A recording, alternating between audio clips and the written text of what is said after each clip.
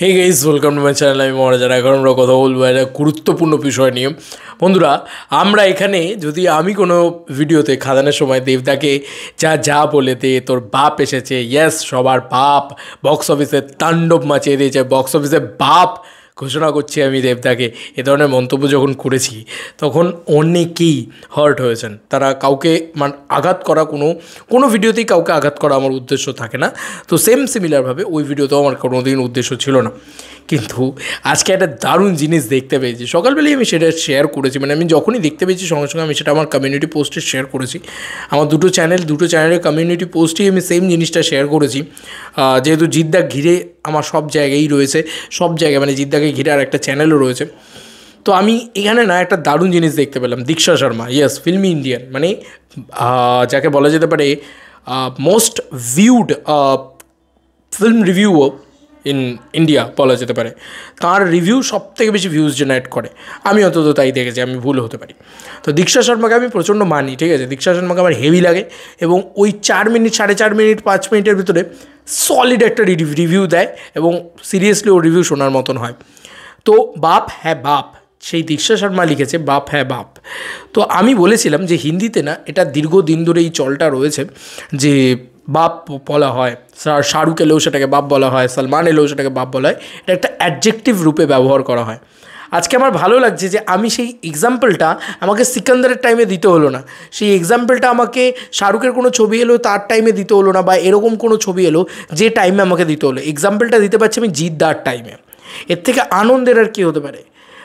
Seriously আমি যখন দেবদাকে বাপ বলছিলাম অনেকেরই হার্ট হয়েছে, অনেকেই খারাপ ভেবেছে হয়তো, কিন্তু আজকে কতটা ভালো লাগছে যে আজকে বলিউড বম্বে ইন্ডাস্ট্রি বলা যেতে পারে জিদ্দাকে বাপ বলছে।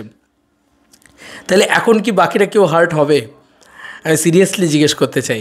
আমার বিশ্বাস দেবিয়ান্সরা কখনোই হার্ট হবে না এবং উল্টে প্রাউড ফিল করবে। আমার মনে হয় each and everybody proud feel করা উচিত আজকে জিদ্দার জন্যে। দেবদা নিজে প্রাউড ফিল করেন বেঙ্গল টাইগার্সের জন্যে।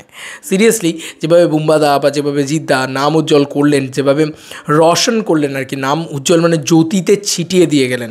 গোটা বাংলায় যে এরকম লেভেলের একটা ক্রেজ ক্রিয়েট করা যায় এটাই তো তাঁরা দেখিয়ে দিয়ে গেলেন। এবং বাংলা নয়, বারবার বলছি, ইন্ডিয়াতে, গোটা ইন্ডিয়াতে। এবং তাঁরা বাপ হ্যাঁ বাপ এই কথাটা লিখেছে, বাপটাকে হাইলাইট করেছে, ঠিক আছে।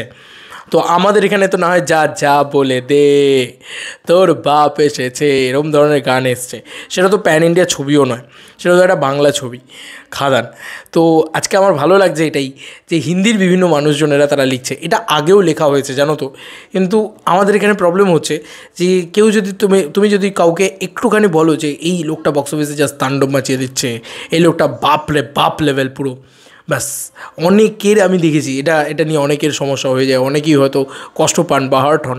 আমি তাদেরকে রিকোয়েস্ট করবো, আমি কাউকে আবার বলছি, আমি কাউকে এখানে করতে চাই না, তাদেরকে রিকোয়েস্ট করবো এগুলো দেখতে, যে জিদ্দাকে আজকে ইন্ডিয়ার দীক্ষা শর্মার মতন বড় কী বলবো ফিল্ম রিভিউয়ার, তিনি বাপ হ্যাঁ বাপ বলছেন।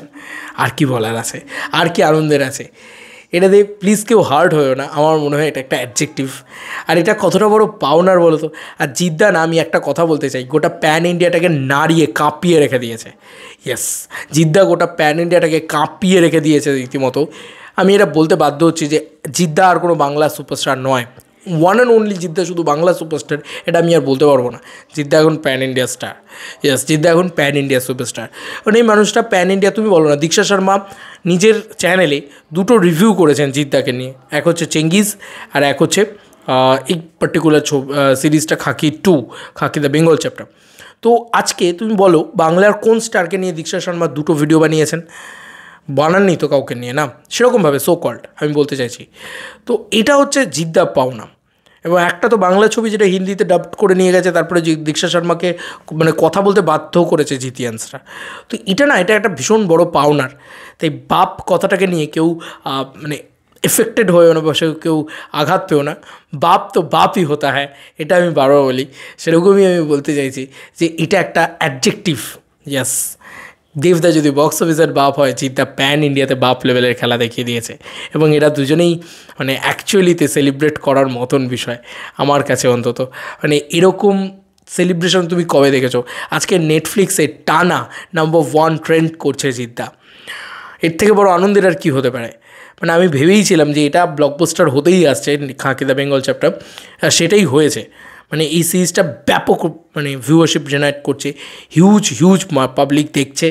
দেখা যাক যে নেটফ্লিক্স অফিসিয়াল নাম্বারটা কখনো ড্রপ করে কিনা। তবে নেটফ্লিক্সে একটা প্রচুর মানুষের সাবস্ক্রিপশান পড়ছে, প্রচুর মানুষ দেখছেন, এবং সর্বোপরি যেটা বলার কথা হচ্ছে নাম্বার 1 ট্রেন্ড হয়ে রয়েছে। হ্যাঁ, এটা তো বাঙালি অ্যাক্টর অ্যাক্ট্রেসদেরকে বীভৎস একটা গ্রোথ এনে দেবে, কারণ প্রচুর মানে একে তো বাংলায় কাজ বাড়বে, হিন্দি থেকে এসে মানুষ বাংলায় কাজ করবে, কারণ এটার ভিউয়ারশিপ দেখে অনেকেই এসে কাজ করবে। এবং বাঙালি অভিনেতা অভিনেত্রীরা ধরো 10 টাকায় আমাদের বাংলায় কাজ করেন, তারা যখন হিন্দি একটা সিরিজ এসে কাজ হবে, এই যে খাকি দ্য বেঙ্গল চ্যাপ্টার, এটার বাজেট অলমোস্ট 60-65 কোটি টাকা। হ্যাঁ, এবার যেহেতু এটা হিন্দি তাই জন্য এই বাজেট। এবার তোমরা বুঝতেই পারছো যে এই যে সিরিজটা 7 ঘন্টার কাজ, এটা খুব বেশি হলে বাংলায় খুব বড় স্কেলে বানালেও যে স্কেলটা অলরেডি আছে সেই স্কেলে আমরা বাংলায় বানালে 5 কোটি টাকার ভিতরে হয়তো নির্মাণ করে ফেলতাম, সেটা 60-65 কোটি টাকা, মানে অলরেডি 60 কোটি টাকা বেশি গেছে। তার মানে পাবলিক, মানে যারা হয়তো 3 মিনিটের অভিনয় করেছেন, 3 মিনিটের রোলও পেয়েছেন, তারা যে কোনো বাংলা কাজের থেকে 3 গুণ বেশি টাকা পেয়েছেন নিশ্চয়ই। তো এটা তো বাংলা ইন্ডাস্ট্রির মানে শিল্পীদের জন্য অনেক অনেক উপকারের, আর সেটাও একদিক দিয়ে জিদ্দা সেই দিকটাও একদিক দিয়ে খুলছে, খুব ভালো লাগছে। Big salute to Jeddah.